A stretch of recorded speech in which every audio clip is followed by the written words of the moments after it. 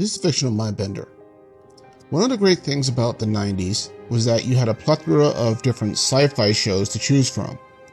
4 Star Trek series, Sequest, Sliders, and so on. One of the best ones, I think, though, and in today's IP-dominated landscape is often overlooked, is Babylon 5. And that's primarily because of how it handled one of the biggest tropes in sci-fi for decades. Well, sci-fi can cover any number of eras, styles, and themes, shows that delved into the future and what we classically think of as pretty much sci-fi.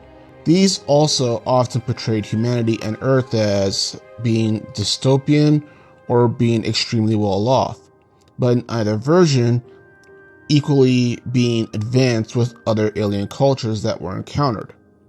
Basically, we were either part of the intergalactic hierarchy or we were the hierarchy. Earth culture, but in space.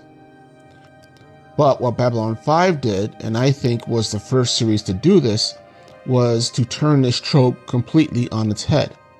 Set in the 23rd century, the universe of Babylon 5 at first seems like it starts out this way, with a space station where the galaxy's major powers gather to settle disputes and whatnot, and Earth forces technology being on par with other peers, or at least being very close to it, such as the Narn and the Centauri.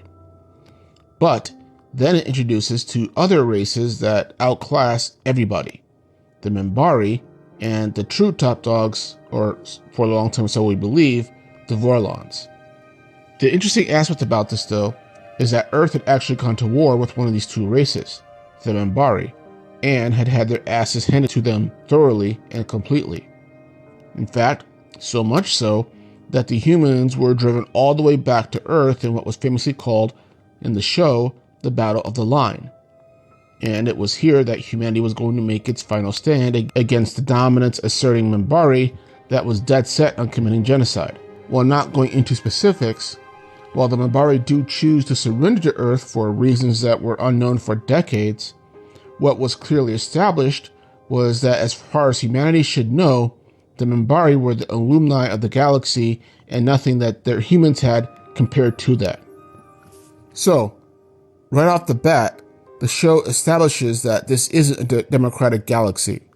There's a reigning hierarchy of sorts that more or less exists on the good graces of the top races as they see fit, leaving the younger races to squabble and fight amongst themselves normally, including apparently Earth. And I thought this approach was revolutionary. How do you, as a species, handle the fact that you are so far down the galactic food chain that you are one step away from extinction? And throughout the first 2 seasons, we see that answer: denial. By the time of the show's present day, Earth Force has rebuilt its strength from the handful that survived the war, but also allowed its new recruits to believe that it was their innate humanness that defeated the overwhelming alien foe, and that this leads to a superiority complex that is often encouraged by many of its officers. Yet at the same time, this is set in stark contrast to the veterans that actually survived the war in the series, such as the series protagonist Jeff St. Clair and later on John Sheridan, both who having survived the onslaught and know better than anyone that to allow themselves to think that they had any chance in hell of beating the Minbari was a joke, and that it was through some sort of then unknown act of mercy that the Minbari chose to surrender to Earth.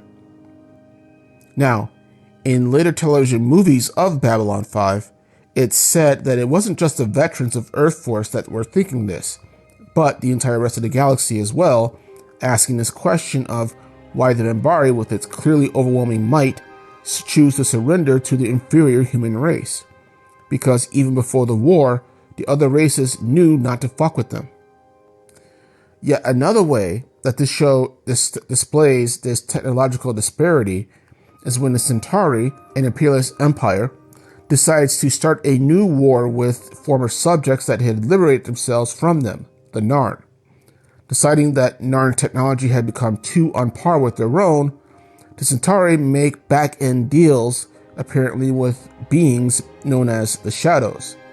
they are a race that is on par with the Vorlons, so we now have a new top dog in the hierarchy. And the deal apparently being that the Shadow's fleet of creepy black arachnid-looking ships would destroy the bulk of the Narn forces and leave the final mopping up operations to the Centauri themselves so that it looked like they were actually fighting the war, when in reality they weren't. The Vorlons, at first, are presented as being the true alphas of the Milky Way. These creatures were so alien that they wore encounter suits, something that looked like from a dystopian nightmare, when encountering other races. So, for a long time, no race actually had seen what a Vorlon actually looks like. Their ships were incomprehensible, seeming both technological and alive at the same time, and able to absorb ridiculous amounts of damage while dealing out much more.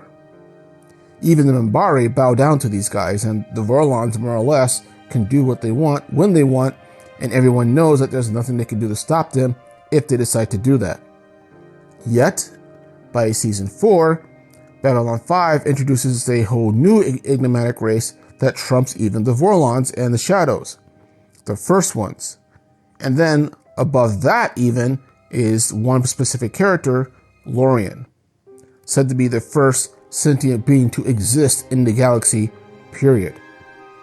And from Season 2 to 4, Earth now feels like a small player in a much, much, much larger stage, and many clearly do not like it. Regardless though, this was the show's greatest strength and thematically the most thought-provoking as well. That humanity was not the crown jewel of the universe, as is often portrayed in other shows, even Star Trek.